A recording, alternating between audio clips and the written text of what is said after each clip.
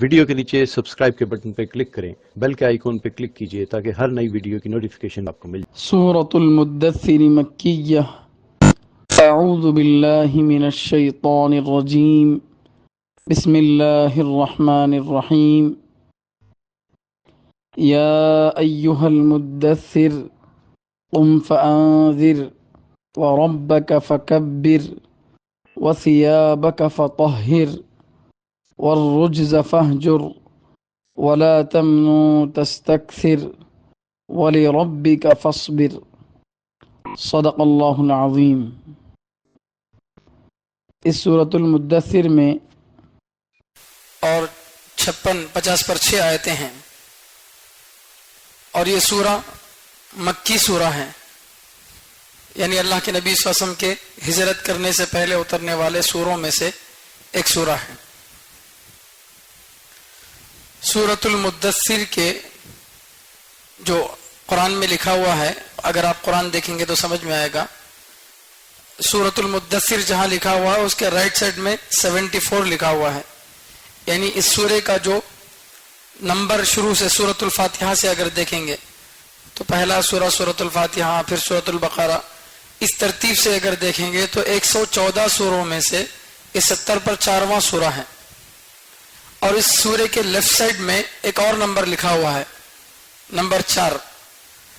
یہ جو left side میں نمبر لکھا ہوا ہے یہ اترنے کی ترتیب کے اعتبار سے ہے، تو نمبر 4 کا مطلب یہ ہوا کہ چوتھا سورہ ہے یہ قرآن کا جو اترا۔ پہلا سورہ سورۃ العلق، اقرأ بسم ربک الذی خلق، وہ والا، اس کے بعد یہ چوتھا سورہ ہے بلکہ بتا رہے ہیں، لیکن زیادہ صحیح بات یہ ہے کہ یہ چوتھا سورہ نہیں بلکہ دوسرا سورہ ہے۔ یہاں جو 4 نمبر لکھا گیا ہے وہ اس اعتبار سے کہ پہلا سورہ تو سورۃ العلق، اقرأ بسم ربک الذی خلق، وہ، اور دوسرا سورہ سورۃ القلم جو ہو چکا، نون والقلم وما یسطرون، وہ 29واں پارے میں شروع میں ہی ہے، اور تیسرا سورہ سورۃ المزمل، اور چوتھا یہ۔ یہاں جو لکھا گیا اس کے اعتبار سے ترتیب یہ ہے، لیکن صحیح ترتیب جو علماء نے، زیادہ علماء نے بتائی ہے وہ یہ ہے کہ سورۃ العلق کے بعد، اقرأ بسم ربک الذی خلق والے سورے کے بعد فوراً یہی سورہ اترا ہے، دوسرے نمبر پہ ہے یہ سورہ، چوتھے نمبر پہ نہیں ہے۔ بہرحال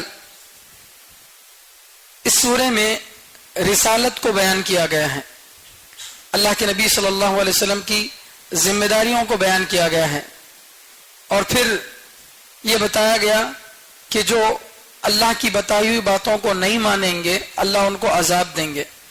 اس میں خاص طور پر ایک آدمی کا ذکر کیا گیا ہے، اور پھر اس کے بعد عام کافروں کا بھی ذکر کیا گیا ہے، پھر آخر میں، سورے کے آخر میں، جو اچھے لوگ ہیں ایمان لانے والے ان کا بھی تذکرہ کیا گیا ہے۔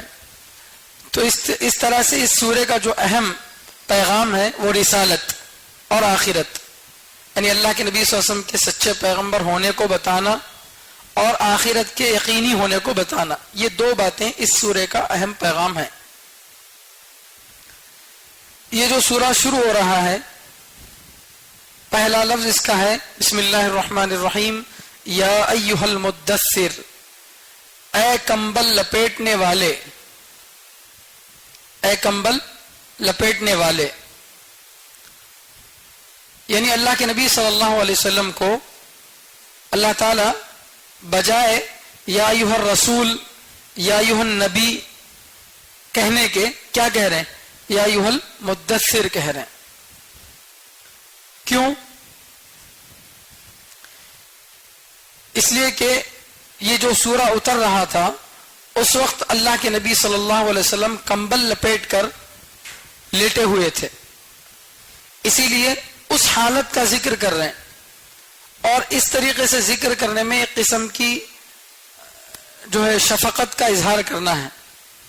میں نے اس سے پہلے بتایا ہے کہ اگر کسی ماں کا بچہ دبلا ہو تو بہت زیادہ جب پیار آتا ہے ماں کو، میرا دبلا بچہ کہاں گیا بول کے پوچھتی، حالانکہ اس کا نام دبلا بچہ نہیں ہے، اس کا نام زید ہے، عمر ہے، بکر ہے، کچھ نام ہے اس کا، مگر بہت زیادہ جب محبت ہے، میری پیاری بچی کہاں گئی.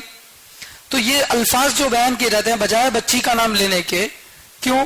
اس پر شفقت جتلانے کے لیے اور اس کی حالت کو بتلانے کے لیے کہ واقعی دبلا ہے بول کے. تو یہاں پر جو اللہ کے نبی صلی اللہ علیہ وسلم کا نام لیا گیا، اے کمبل لپیٹنے والے، تو یہ شفقت کا اظہار بھی ہے. اور اس وقت جب سورہ یہ اتر رہا تھا اس وقت نبی علیہ السلام کی جو حالت تھی اس کو بھی بتانا ہے، اس لیے جو ہے اس طرح سے یہاں پر خطاب کیا گیا ہے. اور ایک بات ضروری یہ ہے کہ اقرا بسم ربک الذی خلق، یہ جو آیتیں 5 آیتیں شروع میں اتری تھی، ان آیتوں کے اترنے کی وجہ سے آپ صلی اللہ علیہ وسلم نبی بن گئے، چونکہ پہلی وحی آپ صلی اللہ علیہ وسلم پر نازل ہو گئی. لیکن اگر آپ ذرا غور کر کے دیکھیں تو پہلی وحی کے اندر نبوت والی ذمہ داری نہیں ڈالی گئی. پہلی وحی میں نبوت والی ذمہ داری نہیں ڈالی گئی. کیا فرمایا گیا؟ اقرا بسم ربک الذی خلق، اپنے اس رب کے نام سے پڑھو جس نے پیدا کیا، یعنی اللہ کا نام لو. خلق الانسان من علق، اللہ نے انسان کو جمع ہوئے خون سے پیدا کیا. اقرا وربک الاکرم، پڑھو آپ کا رب بڑا عزت والا ہے. الذی علم بالقلم، جس نے قلم سے سکھایا. علم الانسان ما لم يعلم، انسان کو وہ باتیں سکھایا جو وہ نہیں جانتا تھا. تو یہ ابتدائی آیتیں تھیں. ان آیتوں میں نبوت والی ذمہ داری نہیں ہے. بات سمجھ رہے؟ یعنی ایک نبی کی جو رسپانسبلٹیز ہوتی ہے، ان کی ذمہ داری ہے، کیا ہے؟ مثلا لوگوں کو دعوت دینا، شرک سے روکنا، اچھے کاموں کا حکم دینا. یہ والی ذمہ داریاں پہلی وحی میں نہیں ڈالی گئی. پہلی وحی کے ذریعے آپ صلی اللہ علیہ وسلم کو نبی بنایا گیا، دوسری وحی کے ذریعے اب ذمہ داری ڈالی جا رہی ہے. اسی لیے یا ایھا النبی کا لفظ بھی استعمال نہیں کیا گیا. یا ایھا المدثر، اس وقت کی جو آپ کی خاص کیفیت ہے اس کیفیت کو ذکر کیا جا رہا، کیونکہ اب آپ صلی اللہ علیہ وسلم پر ذمہ داریاں ڈالی جا رہی نبوت والی، تو اس لیے ابھی لفظ نبی استعمال نہیں کیا گیا. یہ حکمت جو ہے بتائی گئی ہے کتابوں کے اندر. اچھا، دوسری بات غور کرنے کی یہاں یہ ہے کہ جو پہلی آیتیں اتری تھیں اقرا پڑھو، وہ پہلی آیتیں کیوں اتری اس کی وجہ میں نے سورۃ العلق میں بتا دی ہے. تفصیل سے آپ وہ والی تفسیر سن سکتے ہیں. خلاصہ شارٹ میں یہ ہے کہ جس قوم میں اللہ کے نبی صلی اللہ علیہ وسلم کو بھیجا گیا تھا وہ بڑی ہی جاہل قوم تھی.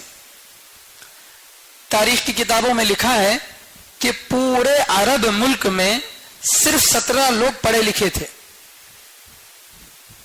پورے عرب ملک میں صرف 17 لوگ پڑھے لکھے تھے.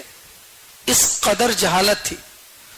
تو جب تک علم کی روشنی نہیں آئے گی کوئی بات آدمی کو سمجھ میں نہیں آتی. اس لیے سب سے پہلے وحی کے اندر اللہ نے علم حاصل کرنے کا، پڑھنے کا حکم دیا. اب وہ حکم دینے کے بعد اب سب سے پہلا جو حکم اللہ تعالی جو ہے نبی علیہ السلام پر نبوت والی جو ذمہ داری ڈال رہے ہیں وہ کیا ہے؟ دعوت کی ذمہ داری. لوگوں میں جا کر دین کی دعوت دینا، یہ دوسری جو ہے ذمہ داری ڈالی ہے. تو پہلی والی وحی سے ذمہ داریاں نہیں ڈالی گئی تھی. اب دوسری وحی کے ذریعے سے باقاعدہ آپ صلی اللہ علیہ وسلم پر ذمہ داریاں ڈالی جا رہی ہیں. 6 باتوں کا یہاں پر حکم دیا گیا اللہ کے نبی صلی اللہ علیہ وسلم کو.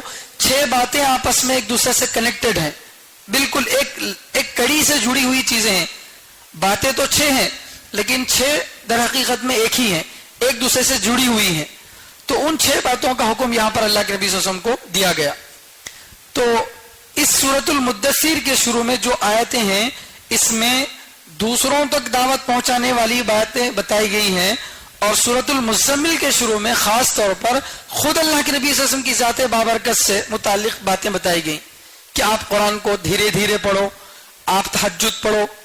تہجد کا تعلق مجھ سے اپنے سے، اور قرآن کو آہستہ پڑھنے کا تعلق مجھے اپنی ذات سے ہے. تو وہاں پر سورہ مزمل میں ذاتی طور پر اللہ کے نبی صلی اللہ علیہ وسلم کو کیا کرنا ہے وہ بتایا گیا، سمجھے. اور یہاں پر اللہ کے نبی صلی اللہ علیہ وسلم کی نبوت والی ذمہ داری بتائی گئی ہے. تو اللہ تعالیٰ سب سے پہلی ذمہ داری بتا رہے ہیں، یا ایھا المدثر، اے کمبل لپیٹنے والے، قم، کھڑے ہو جائیے، فانذر، پھر آپ ڈرائیے. اس سورہ میں اور سورۃ المزمل میں فرق کیا ہے؟ مدثر اور مزمل ان دونوں میں فرق کیا ہے؟ معنی میں بہت زیادہ فرق نہیں ہے. مدثر اور مزمل دونوں کے معنی ہیں کمبل لپیٹنے والے، لیکن علماء فرماتے ہیں یہاں پر کمبل لپیٹ کر لیٹے ہوئے تھے آپ صلی اللہ علیہ وسلم، سوئے نہیں تھے. اور وہاں پر سوئے ہوئے تھے، وہاں پر جو ہے اللہ کے نبی صلی اللہ علیہ وسلم کو مزمل کہا گیا، سوئے ہوئے تھے. اور یہاں پر دوسری مرتبہ چونکہ وہی اتر رہی ہے 6 مہینے کے بعد. جب پہلا جو ہے سورہ اترا اقرا بسم ربک الذی خلق، تو اس وقت میں حضرت جبرائیل علیہ الصلوۃ والسلام ایک انجان جگہ پر آ کر، ایک انجان شکل میں آ کر آپ صلی اللہ علیہ وسلم کو پکڑ کر دبوچ رہے بہت مضبوط طریقے سے، یہاں تک کہ آپ صلی اللہ علیہ وسلم فرماتے ہیں کہ میری جان جانے کو قریب تھی، اس قدر زور سے انہوں نے مجھے دبایا. اب ذرا سوچ کر دیکھیے، آپ اگر گھر سے دور کسی پہاڑی پر اکیلے ہوں، وہاں پر کوئی آدمی آئے بڑا ہٹا کٹا طاقتور، اور بجائے کچھ بتائے کہ میں کون ہوں، کہاں سے آیا ہوں، کیوں آیا ہوں، بتائے کہ آئے اور بولے، پکڑ کے زور سے دبائے بولے پڑھو، تو آدمی کیا ہوگا؟ فطری طور پر، انسانی تقاضے کے طور پر وہ گھبرا جائے گا. تو اسی گھبراہٹ اس وقت جس طرح سے آپ صلی اللہ علیہ وسلم کو گھبراہٹ ہوئی تھی، اب یہاں دوسری مرتبہ حضرت جبرائیل علیہ السلام نظر آ رہے ہیں، لیکن اپنی اصلی شکل میں نظر آ رہے ہیں، اصلی شکل میں نظر آ رہے ہیں. تو اب انسان ہونے کے ناطے ڈر نبی کے ساتھ بھی جڑا ہوا ہے. جیسے حضرت موسیٰ علیہ الصلوۃ والسلام فرعون کے دربار میں تھے، فرعون کے جادوگروں نے کیا کیا؟ اپنی اپنی چیزوں کو پھینک کر کیا کیا؟ اس کو عصا بنا دیا. تو اللہ تعالیٰ کیا بولے؟ آپ کے ہاتھ میں جو عصا ہے اسے پھینکو. جیسے ہی پھینکے، خود شاید ان کو بھی اندازہ نہیں تھا کہ کیا ہونے والا ہے، ایک دم سے بڑا اژدہا بنا. تو اللہ حضرت موسیٰ علیہ السلام بھاگے. اب جن کے معجزے سے وہ جو ہے کیا بنا؟ اژدہا بنا، جن کی لاٹھی سے وہ اژدہا بنا، مگر پھر بھی کیا بن بھاگ رہے ہیں. ایک فطری طور پر نبی بھی انسان ہوتے ہیں، انسانی تقاضے نبی کے ساتھ بھی لگے ہیں. جیسے انسان کھاتا پیتا ہے، شادی کرتا ہے اور دیگر ضرورتیں اس کے ساتھ لگی ہوئی ہیں، اس اعتبار سے یہ چیز بھی انسانی تقاضے کے مطابق ہے. تو آپ صلی اللہ علیہ وسلم کو ایک گھبراہٹ سی ہوئی حضرت جبرائیل علیہ السلام کو اپنی اصلی شکل میں دیکھ کر. تو آپ صلی اللہ علیہ وسلم گھر گئے اور جا کر فرمایا کہ مجھے کمبل اڑاؤ، کمبل اڑاؤ. جب آدمی تھوڑا ڈر جاتا ہے تو ایک قسم کی جاڑے والی بخار آتی ہے، سردی والی بخار آتی ہے، تو اس کی وجہ سے تھوڑا ٹھنڈ محسوس ہو رہی ہے. تو انسان جو کپڑے پہنتا ہے اس کے علاوہ ایکسٹرا جو اوپر کپڑے پہنتا ہے اس کو بولتے ہیں دثار. تو یا ایھا المدثر، اے ایکسٹرا کپڑے پہن کر لپٹنے والے، یعنی بدن پر جو کپڑے وہ تو ہے، اس کو مدثر نہیں بولتے. بدن کے کپڑوں کے علاوہ جو زائد کپڑا اوپر اوڑا جاتا ہے اس کو اوڑھنے والے. تو اے جو ہے مدثر، اے کمبل لپیٹنے والے، قم، آپ کھڑے ہو جائیے. تو کھڑے ہو جانے کا کیا مطلب ہے؟ ایک تو حقیقی مطلب ہو سکتا ہے کہ آپ سے ظاہر بات ہے لیٹے ہوئے ہیں، تو کہا گیا کہ اب لیٹنے کا، آرام کرنے کا وقت ختم، اب کھڑے ہو جائیے. چونکہ پہلی وہی اتر کر 6 مہینے ہو گئے، اب آپ نبی بن کے کتنے مہینے ہو گئے؟ 6 مہینے ہو گئے. اب کام کرنے کا وقت ہے، اب آرام کرنے کا وقت نہیں ہے. قم، کھڑے ہو جائیے. تو سچ میں کھڑا ہونا مراد ہے یا پھر کھڑے ہونے سے مراد ہے کہ تیار ہو جاؤ؟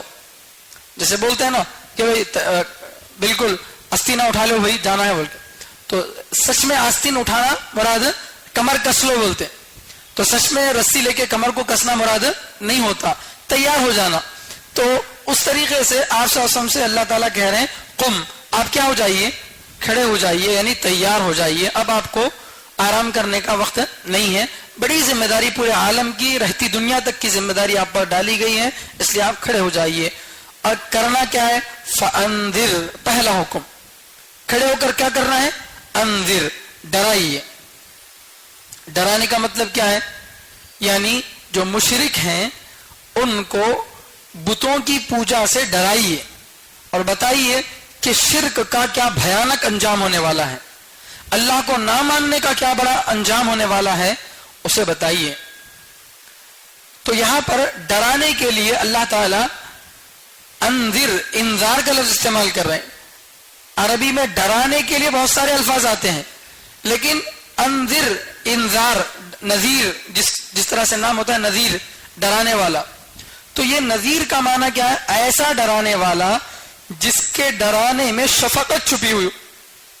جیسے ماں اپنے بچے کو ڈراتی ہے بچھو آ جائیں گا، بخار آ جائیں گی، تو یہ چیزوں سے جو ڈراتی ہے، تو یہاں پر مقصد کیا ہے؟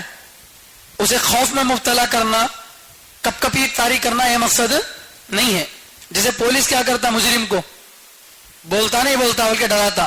یہاں شفقت کچھ بھی نہیں رہتی، وہاں تو جرم اگلوانا ہے، مارنا ہے. وہ ڈرانا الگ ہے پولیس کا مجرم کو، لیکن ایک باپ اپنے بچے کو بچھو سے ڈراتا ہے، یا ایک ماں اپنے بچے کو ڈراتی ہے کہ نہیں کھائیں گے تو کمزور ہو جائیں گے، تو اس ڈرانے میں کیا پہلو رہتا؟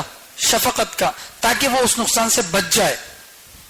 تو غیر مسلم کو دعوت دینے کا پہلا ہی اصول اللہ تعالیٰ بتا رہے ہیں کہ اس میں مقصد صرف پیغام پہنچانا نہ ہو. بھائی ارے نگیش، ارے سریش، سن، کیا کرنا؟ اللہ کو ماننا، دیکھ تو نہیں مانا تو جہنم میں جاتا. ایسا نہیں، بولو، ڈراؤ اس کو. کس انداز سے؟ دل کی تڑپ کے ساتھ کہ کسی طرح سے میرا بھائی مان جائے، کسی طرح سے اس کو جو ہے دین کی بات سمجھ میں آ جائے. طریقے بدلو، وقت بدلو، بار بار اس کو جو ہے دعوت دو شفقت بھرے انداز میں، تاکہ اس کو سمجھ میں آئے کہ واقعی جس چیز سے یہ ڈرا رہا ہے وہ ڈرنے کے قابل ہے. بتوں کی پوجا نہیں کرنی چاہیے، شرک نہیں کرنا چاہیے، اسے پتا چلے. تو سب سے پہلا جو حکم دیا گیا وہ کیا ہے؟ ڈرائیے. اچھا، ڈرانے کا جب اللہ کے نبی صلی اللہ علیہ وسلم جیسے نذیر ڈرانے والے ہیں، ویسے ہی اللہ کے نبی صلی اللہ علیہ وسلم بشیر بھی ہیں. بشیر کے معنی خوشخبری دینے والے. نذیر کی ضد ہے بشیر. تو بعض جگہوں پہ آتا ہے کہ جہاں ڈرانے کا ذکر آیا وہاں پر خوشخبری دینے کا بھی ذکر آیا. حدیث میں آتا ہے یسرا ولا تعسرا، اچھائیاں آسانیاں پیش کرو، تنگیاں مت پیش کرو، جو ہے ان کو مت ڈراؤ، خوشخبریاں دو. اس طرح کے جو الفاظ آتے ہیں، تو یہاں پر اللہ تعالیٰ صرف ڈرانے کا ذکر کر رہے ہیں، خوشخبری دینے کا ذکر نہیں کر رہے ہیں. اس کی حکمت کیا ہے؟ اس کی حکمت یہ ہے کہ ابھی تو 6 مہینے ہوئے ہیں. پہلے دن اسلام قبول کرنے والے کون تھے؟ حضرت ابوبکر صدیق رضی اللہ تعالیٰ، حضرت خدیجہ رضی اللہ تعالیٰ عنہ، حضرت علی رضی اللہ تعالیٰ، حضرت زید جو غلام تھے. 3-4 لوگ اسلام قبول کیے تھے. کھلم کھلا دعوت دینے کی بھی اجازت نہیں تھی، مطلب کام کرنے کے لیے راستے نہیں تھے. تو بہت کم تعداد میں 5-10 لوگ ہی کیا کیے تھے؟ اب تک اسلام قبول کیے تھے. تو ان کے لیے مستقل بشارت دینے کی ضرورت ابھی نہیں تھی، چونکہ مسلمانوں کی ٹیم ابھی پوری طرح سے بنی نہیں تھی. تو اس لیے اب زیادہ تر فوکس کس پر دینا تھا؟ ڈرانے پر. چونکہ 99.9 کون تھے؟ غیر مسلم تھے. تو اب وہاں 1 پوائنٹ کا اعتبار کرتے خوشخبری دینے کا ذکر نہیں کیا گیا. پھر جب دھیرے دھیرے قرآن اترتا گیا اور صحابہ اسلام میں داخل ہوتے گئے، اب یہ بجائے 10 کے 100 200 ہزاروں کی تعداد میں بڑھ گئے. اب خوشخبریوں کا ذکر کیا گیا. یہ ہے قرآن کریم کی عجیب حکمتیں جو ایک انسان سوچ کر نہیں کر سکتا. اس قدر پلاننگ کے ساتھ آدمی بتانا چاہے، کوئی بات سیٹ کرنا چاہے، نہیں کر سکتا. یہ قرآن کا بڑا عجیب اعجاز ہے، قرآن کا بڑا معجزہ ہے. کوئی آدمی بیان کرتا ہے تو ابھی جب وہ فیلڈ میں آیا، نیا نیا عالم بن کے آیا، تو اس وقت میں اس کے جو بیانات رہتے ہیں، اگر وہ خود ریکارڈ کر کے بعد میں 10 سال کے بعد سنے تو اسے خود ہنسی آتی، کیا بیانہ کرا میں بول کے. اس میں کوئی مضبوطی نہیں ہے، ایک اچھا انداز نہیں ہے لوگوں میں بولنے کا. چل رہا دھیرے دھیرے جب پریکٹس ہوتی گئی تو اچھی طرح سے بولنا اس کو آ گیا. تو انسان کتنا ہی پڑھا لکھا کیوں نہ ہو، اس کے پہلے اور آخر والے کام میں فرق ہوتا ہے. جو پریکٹس ہوتی ہے اس کے کام میں بہتری آتی ہے. یہ بہتری آ رہی نہیں ہے بلکہ اس کے انسان ہونے کو بتا رہا ہے کہ تو پہلے ناقص تھا، اب ذرا کمال آیا. اب بھی پوری طرح سے کمال نہیں آیا، اب پھر آئندہ جب ریسرچ کرے گا تو اور زیادہ بہارت آئے گی. تو ہر آگے والی تحقیق بتاتی ہے کہ تو پچھلے میں ناقص ہی تھا، تو تیرے اندر کمال نہیں ہے. تو انسان کے کلام میں شروع اور آخر میں فرق ہوتا ہے. لیکن قرآن جب اقرا بسم ربک الذی خلق والی آیت اتارا، اس وقت بھی اس کا وہی انداز، اور جب قرآن کریم کی آخری آیت اتر رہی ہے اس وقت بھی وہی انداز. کوئی انداز میں فرق نہیں ہے، کوئی بلاغت میں، قاعدوں میں، گرامر میں کوئی فرق نہیں ہے، بالکل وہی انداز. تو یہ جو ہے قرآن کا معجزہ ہے. جو عربی زبان اچھی طرح سمجھتے ہیں ان کو سمجھ میں آتی ہے بات کہ ابھی ابتدائی زمانے میں اترنے والی آیتیں ہیں. اگر خدا نخواستہ نعوذ باللہ کسی انسان کا بنایا ہوا کلام ہوتا تو اس کا جو ابتدائی انداز ہو وہ اتنا اچھا نہیں ہوتا. تو بالکل ابتدائی انداز بھی اعلیٰ درجے کا ہے، جیسے انتہائی انداز اعلیٰ درجے کا ہے. تو اللہ تعالیٰ فرما رہے ہیں انذر، آپ کیا کیجئے، لوگوں کو ڈرائیے. خوشخبری دینے کا بھی تذکرہ نہیں آیا. وَرَبَّكَ فَكَبِّرْ، دوسری بات وَرَبَّكَ فَكَبِّرْ، اپنے رب کی پھر آپ بڑائی بیان کیجئے. اپنے رب کی پس آپ بڑائی بیان کیجئے. تو یہ پازیٹیو ہوا، وہ نیگیٹو. پہلے جو بیان کیا گیا کیا ہے، شرک سے ڈرائیے، بت پرستی سے ڈرائیے. اب اسی کا پازیٹیو انداز کیا ہے، وَرَبَّكَ فَكَبِّرْ، اپنے رب کو، اپنے رب کی بڑائی بیان کیجئے. تو ایک ہی سکے کے دو پہلو ہیں. اللہ ہی کی توحید کی بات ہے، لیکن پہلے بتایا گیا کہ بتوں سے ڈراؤ، اب دوسرے نمبر پہ بتایا جائے اللہ کے ایک ہونے کو بتاؤ. تو اس میں حکمت کیا ہے؟ حکمت یہ ہے، عربی کی ایک کہاوت ہے دفع مضرت جلب منفعت پر مقدم ہے.